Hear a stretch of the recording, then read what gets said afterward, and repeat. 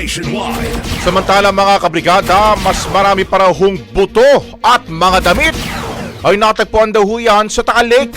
Brigada Jigo Boy Custodio, ibrigada mo! Brigada. Live report. Dalawang bungo, ilang buto, buhok at mga damit kasama na ang underwear. Ito ang mga bagong natagpo ang ebidensya mula sa ilalim ng Taal Lake ng Philippine Coast Guard simula noong July 29.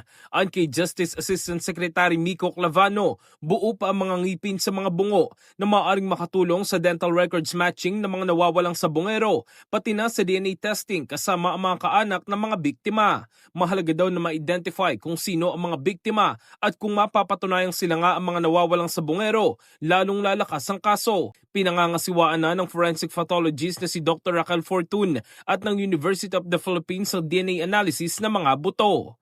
Nakikipag-ugnay na rin umano ang gobyerno sa mga kaanak ng mga nawawala para sa posibleng pagkilala sa mga labi at natagpo ang gamit.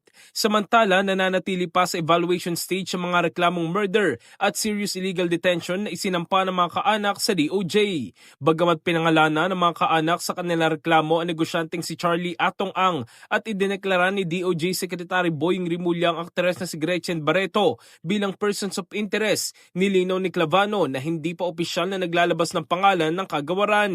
Kapwa itinanggi ni Naang at Barreto ang anumang kaugnayan sa pagkawala at umano'y pagpatay sa mga sabongero matapos silang ituro ng whistleblower na si Julie Patidongan. In the heart of changing lives, ako si Brigada Jigo Custodio ng 105.1 Brigada News of Manila, the Music News Authority. Brigada Balita. Ang bahaging ito ay hatid sa atin ng Mom's Love ES1 Capsule. Simulang tuparin ang pangarap ng iyong anak. And starting now!